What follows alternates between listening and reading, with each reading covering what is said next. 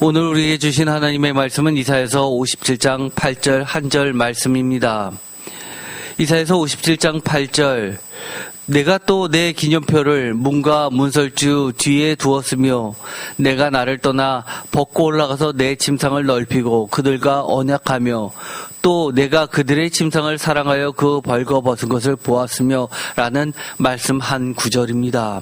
여기에 보면 문과 문설주에 대한 이야기가 나오게 됩니다. 제목을 다 함께 읽어보겠습니다.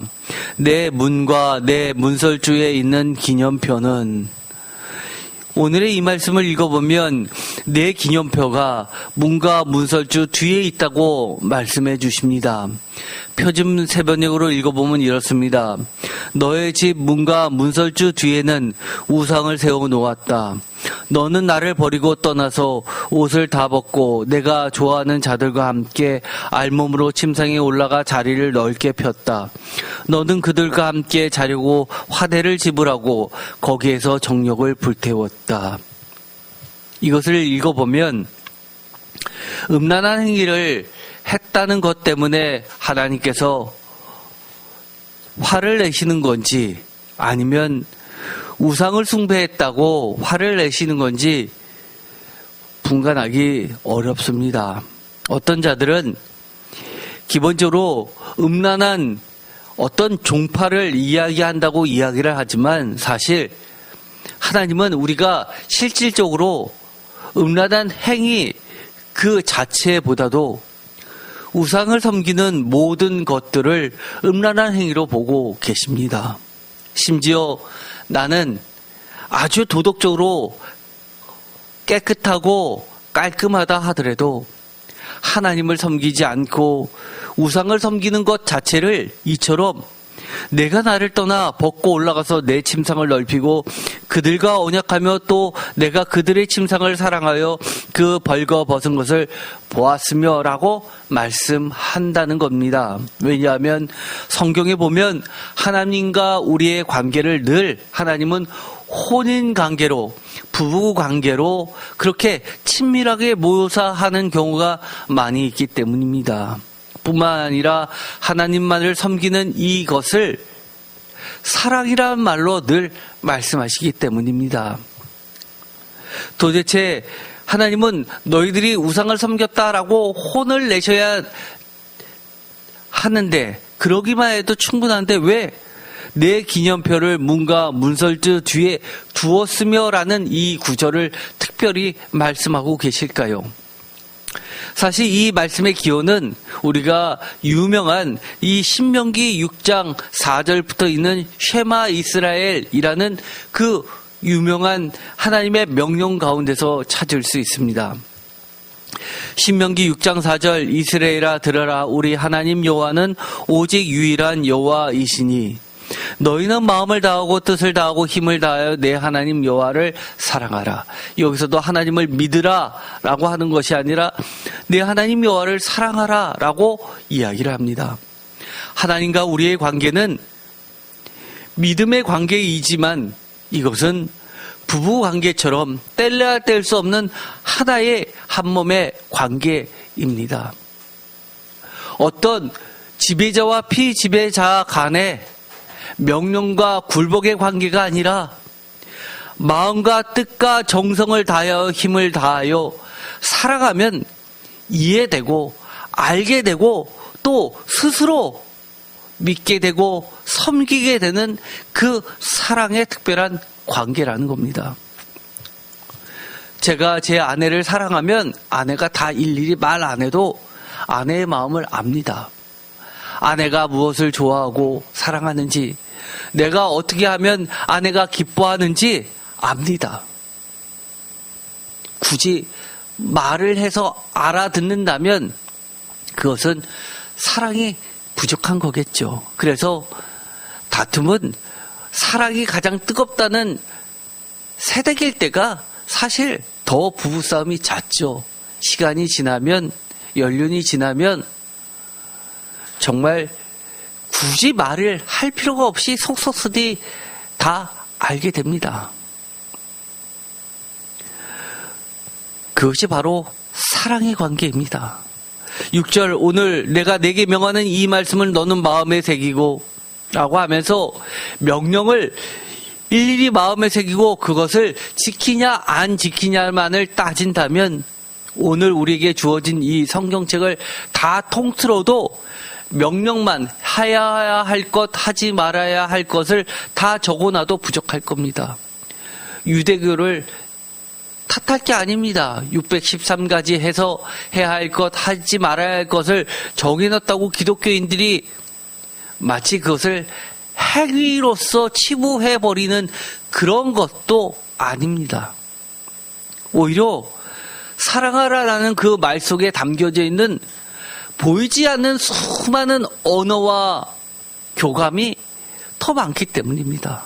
그러면서 7절에 보면 내 자녀에게 부지런히 가르치며 집에 앉았을 때에든지 길을 갈 때에든지 누워있을 때에든지 일어날 때에든지 이 말씀을 강론할 것이며 8절 너는 또 그것을 내 손목에 메어 기호를 삼으며 내 미간에 붙여 표로 삼고 또 내 집 문설주와 바깥문에 기록할지니라. 아멘. 여기 보면 내 미간에 붙여 표로 삼으라 기호로 삼으라 라고 이야기하는 이 구절은 아마 현대의 기독교인들이 유대교인들을 가장 어떻게 보면 비하하는 대목이기도 합니다. 그러나 사실 이것은 이렇게 간단한 말이 아닙니다. 제가 설교를 할 때도 늘 이렇게 말씀을 드렸죠. 하나님의 언어 방식을 이해하고 하나님의 언어 방식으로 성경책을 읽어야 되는 것이 그것이 하나님의 문자주의라고 이야기했습니다. 대표적인 게 뭐였나요? 아브라함의 하나님, 이삭의 하나님, 야곱의 하나님을 그렇게 썼지만 혈통적 아브라함을 믿었던 하나님이 되시고 야곱을 이야기하고 이삭을 이야기하는 것이 아니라 예수님께서 이야기하셨던 것처럼 살아계신 하나님은 살아있는 자의 살게 만드시는 살 수 있게 하시는 하나님이시다 라고 읽어야 된다는 겁니다. 어떤 이들은 이게 해석의 문제냐라고 했을 때 아니요. 하나님의 언어 방식입니다. 마찬가지로 여기서도 너는 그것을 내 손목에 메어 기호를 삼으며 내 미간에 붙여 표로 삼고 기호와 표 이것의 문제는 사실 어떤 보이는 기호나 보이는 표의 문제가 아니라 표리부동한 겉과 속이 다르지 않는 마음의 문제입니다. 아니요. 뜻의 문제입니다. 아니요. 힘의 문제입니다. 아니요. 온 몸의 그리고 더 나아가서 전인격적인 관계의 문제입니다. 그래서 마음을 다하고 뜻을 다하고 힘을 다하여 라는 말로 전인격을 이야기합니다. 그런데 여기서 보면 이사야서 57장 8절에 내 기념표를 문과 문설주 뒤에 두었다고 특별히 지적하고 계십니다.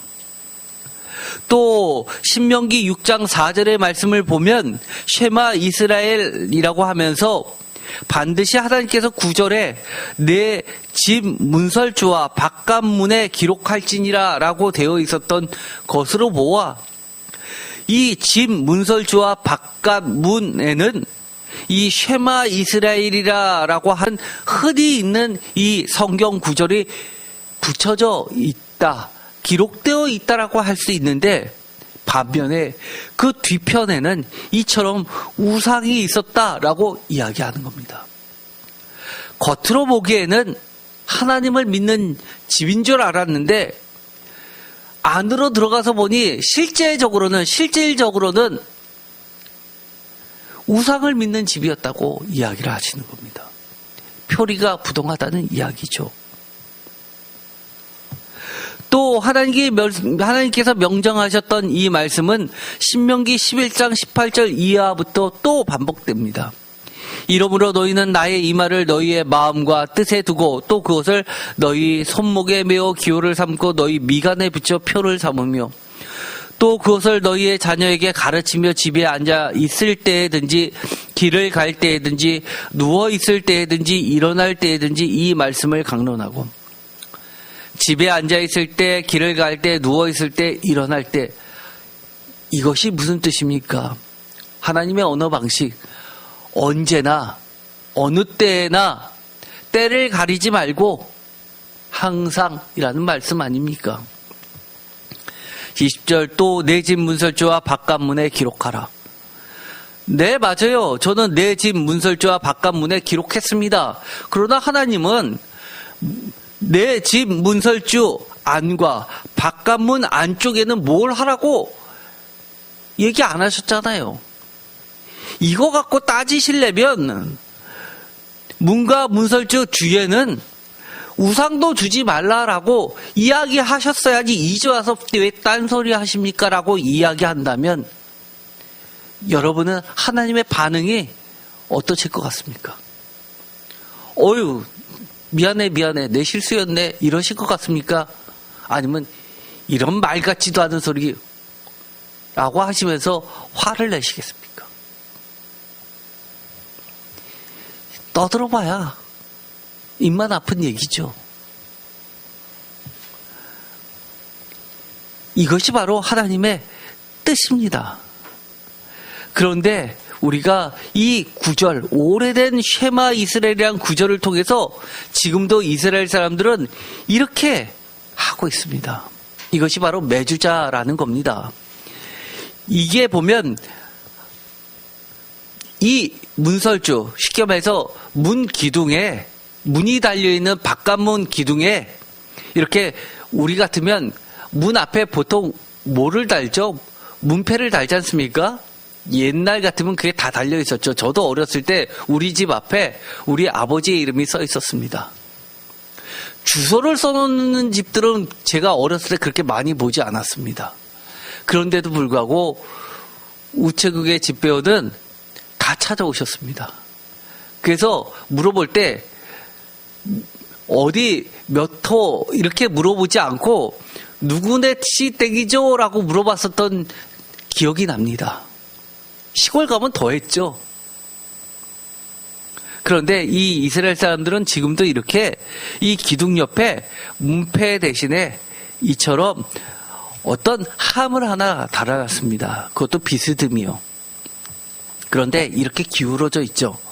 높이는 어떠냐 하면 사람이 손에 닿을 정도로 손을 뻗어서 쉽게 손에 만질 수 있는 위치에다 달아놨습니다. 그리고 모양도 가지각색입니다. 아주 다양하게 장식들을 하고 어떤 거는 굉장히 비싸 보이는 함을 그렇게 잘 예쁘게 해놓습니다. 이것은 바로 성경문화 배경사전 가스펠 서브에 있는 내용을 가지고 제가 캡처한 겁니다. 그런데 어떤 집은 이렇게 이 매주자라는 것을 보석으로 장식해 놓고 이 뚜껑을 열면 이 안에 성경 말씀을 적어 넣는 이 성구가 있습니다. 두루마리 형식으로. 바로 이 성구를 펼쳐 보이면 아까 읽었었던 신명기 6장에 있는 쉐마 또는 11장에 있는 말씀을 적어 놓고 이렇게 부착해 놓고 있는 겁니다. 반면에 내 손목에 메어라고 하고 내 이마에 붙여서라고 하는 것은 특별히 이마에 붙인 이 네모난 상자, 매주자는 문 옆 기둥에 붙여져 있는 상자라고 하면 이 머리 위에 이마 쪽에 붙여놓은 건 테팔린이라는 조그만 상자입니다. 테팔린도 마찬가지로 이렇게 보면 조그만 성구를 안에다가 적어놓고 끼워 넣습니다. 아까 읽었었던 쉐마 이스라엘 이 구절을 이처럼 이들은 실질적으로 글자 그대로 지금도 적용하고 있습니다. 가스펠 서버에서 출간한 성경문화 배경사전을 보면 이렇게 설명을 하고 있습니다. 기념표, 영어로 심볼이라고 번역했죠. 이 기념표, 심볼은 이스라엘 집의 출입문, 즉 문과 문설주, 이거는 바깥문을 이야기합니다. 이 출입문을 통과하면 안에 안뜰이 나오고 그 다음에 또 문이 있지만 우리가 흔히 알기 쉬운 말로 대문이라고 하는 그런 출입문입니다. 거기에 붙여두는 하나님의 말씀을 적은 두루마리를 담은 상자를 이야기합니다.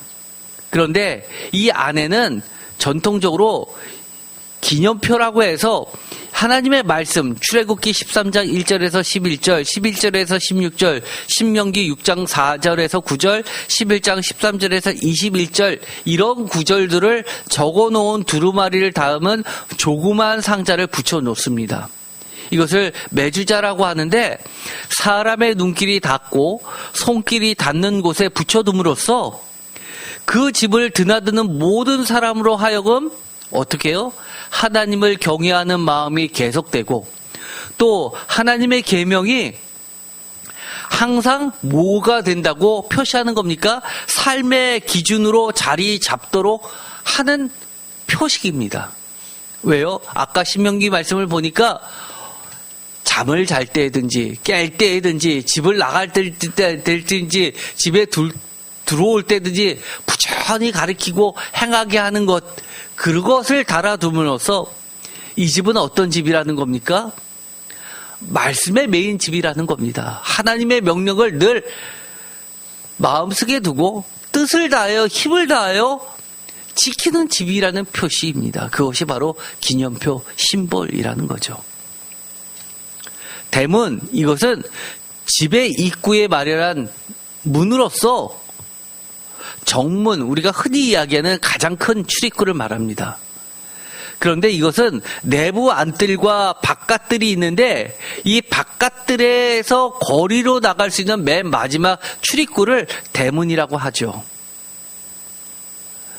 그런데 우리가 좀 기억해야 될 것은 이 대문과 관련해서 대문 옆에 붙어있는 대문을 지지해 주는 것이 문설주입니다. 이 문설주는 쉐마라고 부르는, 아까도 말씀드렸듯이 그런 구절들을 문지방에다가 달아놓고 그 문을 들어가거나 나올 때 거기에 기록된 말씀을 어떻게 한다는 겁니까? 늘 묵상할 수 있게 했다는 겁니다. 이게 보면 늘 붙어 있으면 그냥 지나치죠. 그런데 이게 뭐야? 아니면 와, 너네 집의 것은 아주 예쁘네? 다시 한번 눈길을 끌게 만들고, 아, 이게 매주자야. 이게 그렇다고 하면 그 안에 들어있었던 말씀이 한 번 더 생각나겠죠. 늘 말씀을 묵상하게 만드는 기능이 있다는 겁니다. 그래서 이 문은 단순히 출입구 이상의 의미로 가족이나 한 집단의 소속 또는 안전과 보호를 의미하죠. 이것은 전 세계 문의 공통점입니다.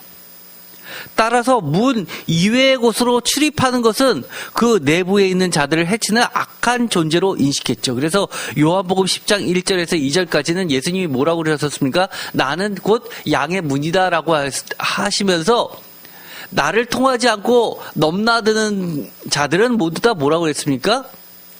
양을 삼키려 하는 늑대들이고 강도요 도적이라고 이야기하셨죠. 즉 하나님의 말씀이 붙어있는 이 문이 하나님으로 통하는 것이고 하나님이 보호해 주시고 지켜주시고 늘 우리는 하나님 안에 안전히 거하고 하나님의 말씀 안에 거한다는 것을 상징적으로 보여주는 겁니다. 그래서 이스라엘 사람들은 낮에는 이 문을 열어두었지만 대문이라도 또 밤에는 그 문을 닫아 놓습니다. 그리고 또 이 출애굽기와 신명기에 보면 출애굽기 21장 6절과 신명기 15장 17절에 보면 종이, 노예가 내가 평생 주인이 너무나 좋아서 내가 주인에게 예속돼서 영원히 당신의 종으로 노예로 살겠습니다라고 하면 이 종을 이 대문 문에다 놓고 송곳으로 자신의 귀를 뚫어서 귀고리처럼 그렇게 자신이 평생 노예 생활을 하겠다는 표시를 하게 했습니다. 즉 이게 무엇입니까? 이 집 안에 내가 속했다라고 하는 표시입니다. 어떻게 보면 이 문은 어떤가요? 모든 사람이 각기 다른 집들을 인식하는 제일 표면에 드러나 있는 것입니다. 즉 자신의 정체성을 드러내는 곳이 바로 이스라엘의 문입니다. 우리는 문만 보면 이 집이 어떤지를 알 수 있나요? 사실 우리는 그렇지 않죠. 과거 우리 어렸을 때는 어땠습니까? 아주 잘 사는 집은요, 문이 굉장히 컸죠. 그래서 대문이라고 했습니다. 심지어 담벼락도 높고요. 그 위에 도둑이 들지 않게 이런 쇠꼬챙이 같은 것으로 해가지고 벽을 감싸는 집도 있었죠. 사실 요즘에는 아파트가 대세이기 때문에 그런 모습은 과거처럼 눈에 띄지 않습니다. 이스라엘 사람들에게 있어서 이 문은 곧 어떠한 집안이라는 것을 드러내는 사람의 얼굴과 같은 기능도 가지고 있었던 겁니다. 반면에 에스겔서 43장에 보면 이런 말씀이 나옵니다. 7절, 그가 내게 이르되 인자야 이는 내 보좌의 처소 내 발을 두는 처소 내가 이스라엘 족속 가운데 영원히 있을 곳이라. 이스라엘 족속 곧 그들과 그들의 왕들이 음행하며 그 죽은 왕들의 시체로 다시는 내 거룩한 이름을 더럽히지 아니하리라. 8절, 그들이 그 문지방을 내 문지방 곁에 두며 그 문설주를 내 문설주 곁에 두어서 그들과 나 사이에 겨우 한 담이 막히게 하였고 또 그 행하는 가증한 일로 내 거룩한 이름을 더럽혔으므로 내가 노하여 멸망시켰거니와. 9절, 이제는 그들이 그 음란과 그 왕들의 시체를 내게서 멀리 제거하여 버려야 할 것이라. 그리하면 내가 그들 가운데 영원히 살리라. 에스겔서에 보면 에스겔 제사장 가문이었죠. 바벨론으로 포로로 끌려갔습니다. 거기서 인자, 사람의 아들이라는 이 칭호를 가지고 하나님이 그를 선지자로 세우시고 부르십니다. 여기서 인자야 하는 이 말은 사람아라는 뜻이고 예수님이 자신을 가리켜서 인자야라고 했던 것과는 다른 인자의 의미를 가지고 있습니다. 여기서는 철저히 사람입니다. 하나님이 아니라 사람입니다. 그런데 이 에스겔에게 이렇게 지적을 하십니다. 그들이 그 문지방을 내 문지방 곁에 두며 그 문설주를 내 문설주 곁에 두어서 그들과 나 사이에 겨우 한 담이 막히게 하였고 또 그 행하는 가증한 일로 내 거룩한 이름을 더럽혔으므로 내가 노하여 멸망시켰거니와. 하나님의 집이 있습니다. 바로 거기에 연이어서 우상의 집을 만듭니다. 우리도 보면 집과 집이 연이어 있으면 담 하나로 A집, B집으로 나누는 경우가 있죠. 하나님은 담 하나 사이에 이쪽은 하나님을 섬긴다 하고 담 하나 사이에 저쪽은 우상을 섬긴다라고 하는 것이 말이 되냐는 겁니다. 하나님이 출애굽 때 광야에서 어떻게 했습니까? 하나님의 언약궤가 있으면 그 언약궤를 두고 하나님의 장막을 두고 사방팔방 거리를 띄워 놓으셨습니다. 왜요? 거리는 두려움과 경외의 상징이었습니다. 그런데 전혀 세상과의 거리감 없이 그렇게 자기 마음대로 마음 내키는 대로 이럴 땐 하나님 저럴 때는 우상을 섬기는 그들의 태도를 보고 하나님이 노하시는 겁니다.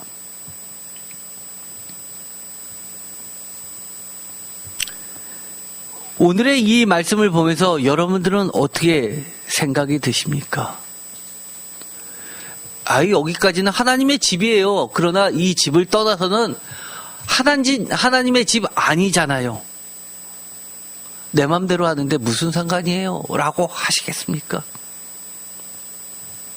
아니면 문이 상징하는 것처럼 나의 정체성과 나는 하나님의 보호 가운데 사는 존재라는 것을 드러내는 사람으로 하나님의 백성으로 살기를 원하십니까?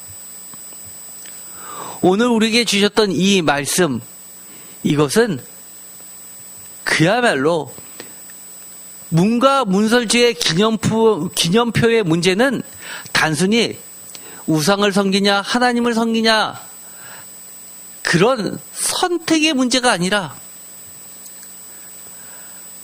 하나님을 업신여기는 행위라는 겁니다.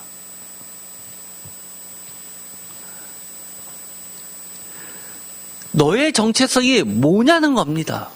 여러분들은 어떠신가요? 내가 기독교인입니다 라고 하면서 나의 문과 문설주 앞에는 누구나 쉽게 손이 닿을 위치에, 손이 쉽게 닿을 위치가 어딥니까? 이 정도면 쉽게 닿습니까? 그러면 어느 위치입니까? 조금만 고개를 돌려도 바로 눈에 띄는 장소입니다. 이만큼입니까? 아유, 팔 아프잖아요. 누가 보더라도 쉽게 인식하고 생각하고 느끼고 판단할 수 있는 그 정체성은 바로 나는 하나님의 백성이라는 겁니다. 나는 하나님의 말씀을 따르는 존재고 내 인생의 나침판은 뭐라는 겁니까? 하나님의 말씀이라는 겁니다. 나는 하나님의 말씀대로 살기로 작정했고 하나님의 말씀을 가르치고 배우고 또 하나님의 뜻대로 내 이익이 비록 훼손된다 하더라도 목숨처럼 지켜나가겠다는 결단이기도 합니다. 나만 보는 장소요? 아니요. 대문은 누구나 볼 수 있는 장소입니다. 여러분은 어떠신가요? 여러분의 문과 문설주 앞에는 무엇이 걸려 있습니까? 또 여러분의 문과 문설주 뒤에는 우상이 있습니까? 아니면 아무것도 없이 오직 하나님의 말씀과 보호 가운데 비어져 있습니까? 하나님의 것 외에는 우리는 두어서는 안 됩니다. 사실 제가 오늘의 설교 말씀을 준비하면서 많은 시간을 생각해 봤습니다. 내 인생에서 내 인생의 문과 문설주, 즉 내 삶의 출입구에서 내가 무엇인가를 시작하고 할 때, 아니면 내가 무엇인가를 하고 내가 쉬려고 들어올 때, 무엇인가를 마치고 내가 모든 것을 뒤돌아볼 때, 즉 내 삶의 처음과 끝 모든 것을 묵상해 볼 때 무엇이 나를 지배했냐? 무엇을 보고 내가 행동했느냐를 돌아보게 되었습니다. 여러분은 어떠신가요? 각자의 인생 문과 문설주에 매주자에 넣어두는 인생 말씀들이 있을 겁니다. 내 인생의 버팀목과 생명줄이 되는 말씀들은 무엇입니까? 저는 이것을 오늘 묻고 싶습니다. 하나님은 우리에게 오늘 그것을 말씀하고 계시는 겁니다. 겉으로는 하나님의 말씀을 달아놓고 실질적으로는 네 마음속에 진짜 의지하는 것은 우상 아니냐? 저는요, 제 인생에서 청년 때 주님을 직접적으로 처음 만나고, 그전에는 제가 모태신앙이었기 때문에 부모의 신앙을 받았지만, 제가 주님을 진짜 인격적으로 처음 만난 청년 때 이후부터 내 자신을 돌이켜보니까 내 인생이 달라진 것은 매번 말씀이었습니다. 돌이켜보면 이렇습니다. 예레미야서 33장 3절. 수련회를 갔는데 정말 그때는 제가 주님을 만나고 싶었습니다. 사람들과 1절 말 안 했습니다. 수련회를 갔는데 여러분 생각해 보시고요. 여러분 수련회 갔는데 주변 사람들과 친구들과 말 한마디 안 합니까? 저는 말 한마디 안 했습니다. 그때 작정하고 들어갔습니다. 하나님, 저 하나님 만나고 싶습니다. 하나님 만나기 전까지는 제가 입 뻥긋하지 않겠습니다 라고 작정하고 들어갔습니다. 그런데 마지막 날 사경회 때 말씀 다 끝나고 통성기도 하는데 하나님이 저를 찾아주셨습니다. 예레미야서 33장 3절. 너는 내게 부르짖으라 내가 내게 응답하겠고 내가 알지 못하는 크고 은밀한 일을 내게 보이리라 라고 하면서 저희를 찾아주셨습니다. 그리고 나서 제가 완전히 뒤집어지고, 그리고 나서 수련회 마치고 집에 와서 일주일 내내 학교도 안 가고 성경책만 붙잡고 읽었습니다.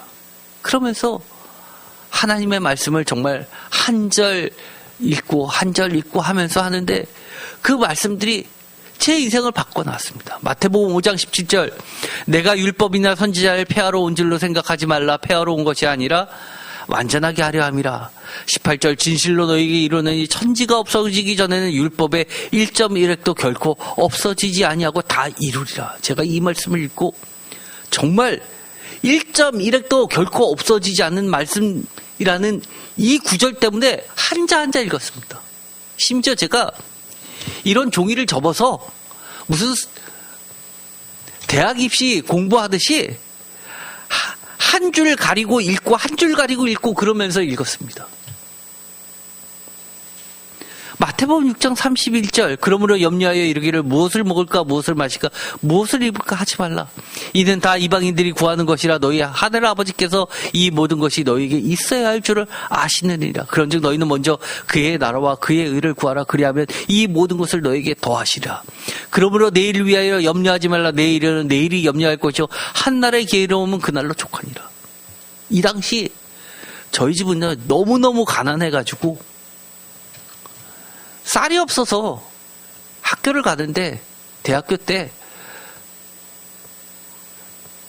도시락을 가지고 가지 못했습니다. 친구들이 구내식당에서 산 것을 조금씩 나눠줘서 먹고 다닌 적도 있었습니다.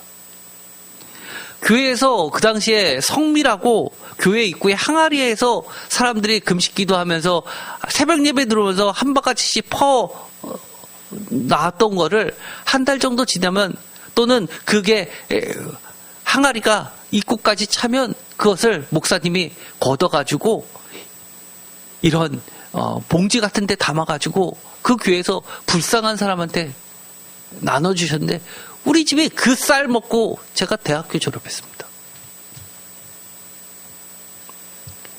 많은 사람들에게는 너희는 무엇을 먹을까, 무엇을 마실까, 무엇을 입을까 염려하는 정도가 패션을 의미한다면 이 말씀, 여러분의 말씀 아닙니다. 저 대학교 때, 고등학교 때 입던 교련복하고 청바지 그 두 개 번갈아 가면서 갈아입었습니다. 대학교 4학년 때까지. 제 친구가 넌 아직도 교련복이냐고 물어봤습니다. 그러면서 제 마음속에 그 당시에 그래 하나님의 말씀은 진리니까 하나님 내가 지금 뭐가 필요한지 다 아실 테니까 나는 무엇을 먹을까 무엇을 입을까 그런 거 구하지 말고 먼저 그의 나라와 그의 일을 구하라 라는 말씀 때문에 저 새벽 예배 때 가서 하나님 앞에 하나님의 복음이 전 세계에 퍼지게 해달라고 그런 기도했습니다. 제가 그 당시에 비행기 한번 타본 적이 없습니다. 대학교 4학년 때 졸업반 때 처음 비행기 타봤습니다. 제주도 갈 때. 그런데 그 어려울 때도 저는 새벽 예배 가서 전 세계 방방곡곡 해외 출장 다니면서 하나님의 나라를 위해서 다닐 수 있게 해달라고 기도했었습니다. 말도 안 되는 얘기죠. 그런데 제가 회사에 들어가고 종합사형사에 들어가고 40-50개국을 출장 다녔습니다. 요한복음 10장 11절 나는 선한 목자라 선한 목자는 양들을 위하여 목숨을 버리거니와 하나님은 선한 목자 예수님은 선한 목자라는 이 말 한마디 때문에 저는 하나님 앞에 목숨을 걸었습니다. 왜요? 선한 목자는 양들을 위해서 목숨을 버리거니와 라는 이 말씀을 듣고 예수님의 나를 위해서 목숨을 버린다면 나도 목숨 버릴 수 있지 라고 생각했습니다. 단순하게요. 그러면서 또 이 말씀을 그렇게 좋아했습니다. 창세기 32장 24절 야곱은 홀로 남았더니 어떤 사람이 날이 새도록 야곱과 씨름하다가 자기가 야곱을 이기지 못함을 보고 그가 야곱의 허벅지 관절을 치매 야곱의 허벅지 관절이 그 사람과 씨름할 때 어긋났더라. 그가 이르되 날이 새려하니 나로 가게 하라. 야곱이 이르되 당신 내게 축복하지 않으면 가게 하지 않겠나이다. 그 사람이 그에게 이르되 내 이름이 무엇이냐. 그가 이르되 야곱이니라. 그가 이르되 내 이름을 다시는 야곱이라 부를 것이 아니요 이스라엘이라 부를 것이니 이는 내가 하나님과 및 사람들과 겨루 이겼습니다. 저는 이 구절을 읽고선요. 그 다음부터 저는 뭘 했는지 아십니까? 하나님, 제가 야곱처럼 하나님과 씨름하고 싶어도 하나님이 나타나야지 씨름하죠. 저 하나님 나타나면요, 전 죽어라 하고 야곱보다 더 붙잡고 안 놓을 겁니다. 그랬습니다. 그러면서 기도를 하는데 그런 마음이 들었습니다. 마치 주님의 음성 같았습니다. 웃으시면서, 야, 이게 나랑 씨름한다는 게 지금 너가 나랑 삿바 잡고 싸우자는 거야?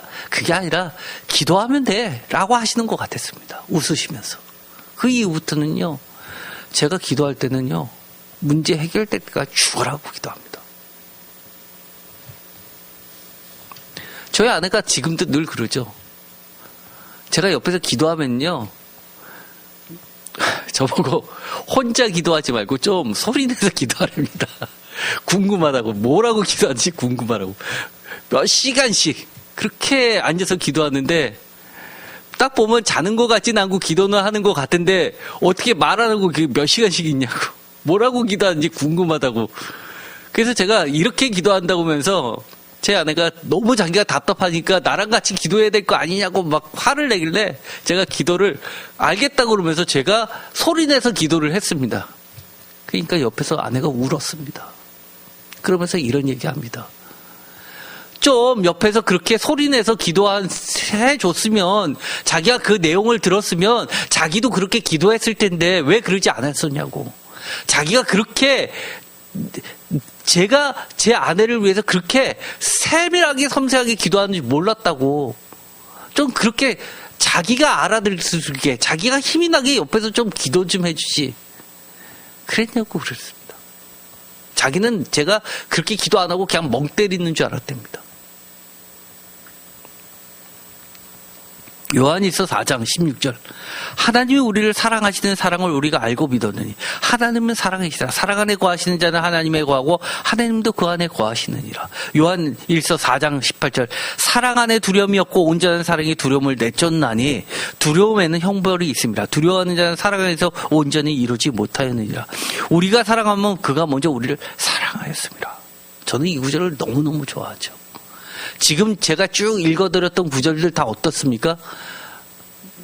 여러분 처음 들어보는 구절 하나도 없을 겁니다. 너무 익숙한 말씀들입니다. 그런데요, 이런 말씀들이 제 인생을 바꿔놨습니다. 이 말씀이 저에게 들려지기 전과 후는 제 삶이 달라졌습니다. 제가 과거에는 열심히 제가 주님을 찾는다고 생각했고 주님은 자꾸 저로부터 도망간다고 생각했고 제가 주님의 음성 듣고 싶다고 했는데 저한테 말 안 해주시는 줄 알았습니다. 그런데 주님이 나를 먼저 사랑했다는 사실을 깨닫는 순간 달라졌습니다. 성경 읽는 것도 달라졌고요. 기도하는 것도 달라졌고요. 하나님한테 땡깡 부리는 것도 질이 달라졌습니다. 가끔 제가 기도하는 얘기를 저희 아내가 들으면 뭐라고 그러신지 아십니까? 참 기도 건방지게 한답니다. 아니 그렇게 예를 들어서 아들이 엄마한테 대들듯이 딸이 엄마한테 대들듯이 그렇게 기도를 막 하냐고 얘기합니다.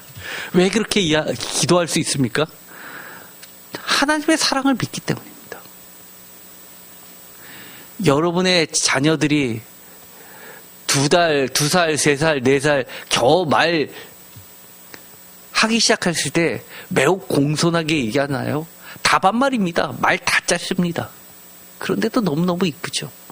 하나님은 우리를 그렇게 보신다는 사실을 알게 된 이후에는 제가 달라졌습니다. 기도도 달라졌고요.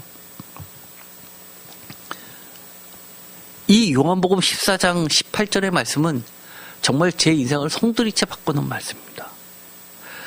청년 때 이 말씀 때문에 지금까지 버티는 겁니다. 내가 너희를 고아와 같이 버려두지 아니하고 너희에게로 오리라. 조금 있으면 세상에는 다시 나를 보지 못할 것이되 너희는 나를 보리니 이는 내가 살아있고 너희도 살아있겠습니다. 그날에는 내가 아버지 안에 너희가 내 안에 내가 너희 안에 있는 것을 너희가 알리라.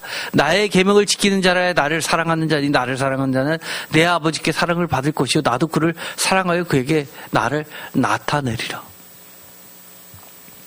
저희 어머니는 제가 이 말씀을 너무너무 사랑한다고 하니까 그렇게 싫어하셨습니다. 네가 무슨 고아인데 고아라고 그렇게 내가 너를 고아와 같이 버려두지 아니한다는 말이 되냐고 아주 싫어하셨습니다. 그런데 저는 이 말씀이 지금도 손에 꼽는 말씀 중에 하나입니다. 여러분에게도 그렇게 이야기합니다. 여러분이 여러분의 자식들을 사랑한다고 얼마만큼 보호해줄 수 있을 것 같습니까? 지켜줄 수 있을 것 같습니까? 저는요, 저보다 더 잘 지켜주실 줄 믿고 있는 하나님께 맡길 것 같습니다. 아니요, 맡깁니다. 잠언 9장 지혜 있는 자에게 교훈을 더하라. 그가 더욱 지혜로워질 것이요 의로운 사람을 가르치라. 그의 학식이 더하리라.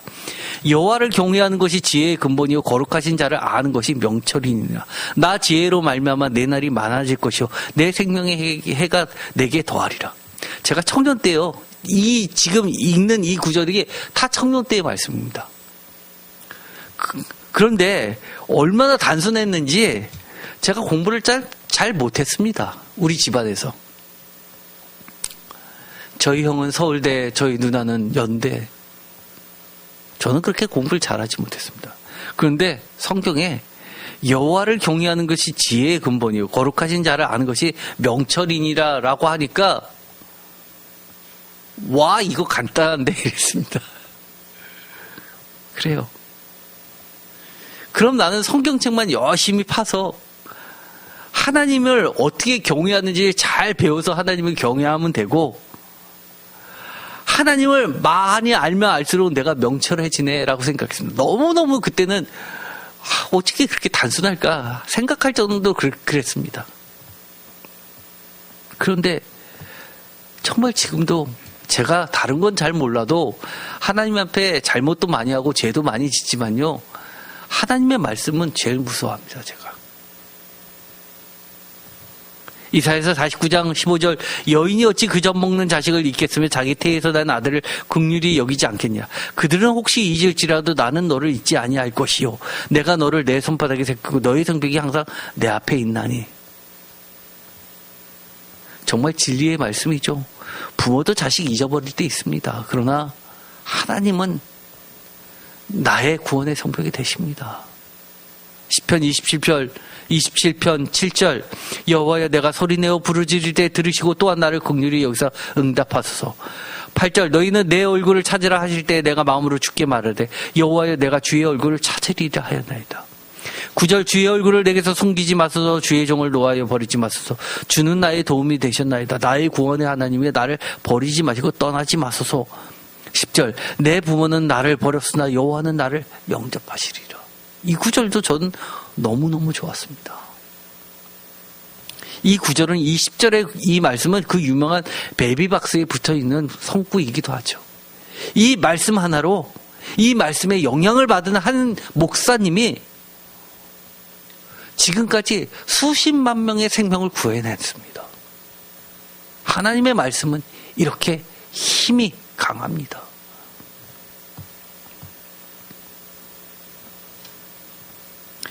시간이 다 돼서 제가 블로그에 있는 성경 구절이 79절이 넘는다고 하죠. 여러분 한번 쭉 읽어보시고 한번 여러분도 여러분의 인생의 문과 문설주에 붙어있는 매주자 속에 들어가 있는 하나님의 인생 말씀은 무엇이니까 돌아봤으면 좋겠습니다.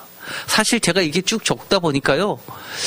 제 인생 전체를 좌지우지했던 중요한 인생 길목에 저의 인생의 방향을 틀게 했었던 말씀들에 깜짝 놀랐던 거는요. 대부분이 청년 때 말씀이었습니다. 저도 그 사실을 잘 몰랐어요. 저는 이거를 정리하면서 제 인생에 정말 주옥 같은 말씀들을 넣어보면 그래도 제가 신학교에 박사과정까지 마쳤으니까 신학교 때 특별하게 배운 말씀 아니면 제가 목회를 시작해서 목회 때 새롭게 깊이 깨닫게 된 말씀들이 많이 차지할 줄 알았습니다. 분량이. 그런데 그렇지 않더라고요. 오히려 못 모르고 청년 때 처음 주님 만났을 때 읽었던 그 말씀들이 지금까지도 제 인생을 움직여 주셨습니다. 적어도 지금도 그 말씀이 저를 움직이게 하고 있습니다. 살아있게 하고 있습니다. 인생을 송두리째 바꿔놓은 말씀들이 있습니다. 이게 여러분의 문과 문설주에 있는 말씀들입니다. 그런 것들이 한두 가지가 되면 안 됩니다. 심지어 제가 여기 써놓은 것 중에 뭐도 있냐면요. 제가 회사 들어가서의 인생 말씀도 있습니다. 저는 생각도 못했는데 입사를 했는데 갑자기 총무팀에서 와가지고 명함을 회사에서 만들어준다는 겁니다. 그러면서, 한자하고, 이름에 한자하고, 그 다음에 그 영문 이름, 종합상사니까 영문 이름이 있어야 되니까 영문 이름을 적어서 내라는 거예요. 갑자기. 근데 그때 제가, 저는 영문 이름을 생각해 본 적이 없는데 갑자기 영문 이름을 쓰니까 그 즉시 써서 낸 게 있습니다. 이게 바로 이 사도행전 18장 3절 천막을 만드는 것이었더라. 제가 평소에 청년 때 너무너무 좋아했거든요. 텐트 메이커가 제 인생의 꿈이었습니다. 그래서 바울의 이름을 따서 폴 K.M. 리라고 만들어서 냈습니다. 그게 저희 첫 명함이었죠. 그래서 제가 했었던 모든 사업을 했을 때도 계약서에 이름을 보면 다 폴 K.M.리로 들어갑니다. 이게 인생의 시그니처 같은 말씀이죠. 사실 우리는요, 어떤 존재들이냐, 우리가 그렇게 유대인들에 대해서, 그게 뭐야 라고 했었던 그대로입니다. 우리의 문과 문설주, 우리 인생의 문과 문설주를 드나달 때, 우리를 늘 지켜줬고, 우리가 그 안에 평화를 누렸고, 또 눈을 뜰 때든지 잠을 잘 때든지 어디를 갈 때든지 항상 붙잡고 있었던 그 말씀들, 그것들입니다. 오늘의 제목을 다시 한번 읽어볼까요? 하나님이 이렇게 우리들에게 말씀해 주시는 겁니다. 뭐라고요? 제목을 다 함께 읽어보겠습니다.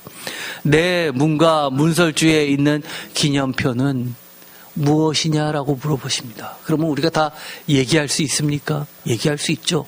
혹시 하나님이 내 문과 내 문설주 뒤에 있는 거는 뭐냐라고 하는 게 있습니까? 그런 게 있으면 안 되죠. 우리 뒤에는, 저희 문과 문설주 뒤에는 아무것도 없습니다. 오직 하나님의 기념표만 있습니다라고 우리는 답변해야 될 겁니다. 또 우리의 답변이 중요한 게 아니라 하나님도 그렇게 인정해 주셔야겠죠.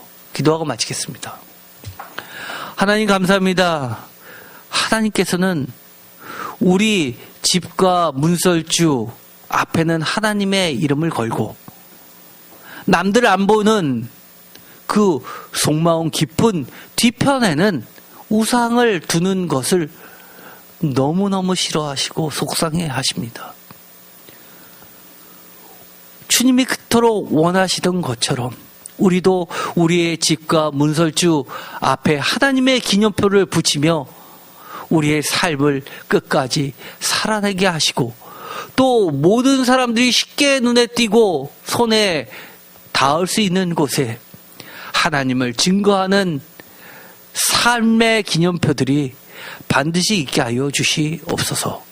예수 그리스도의 이름으로 기도드립니다. 아멘.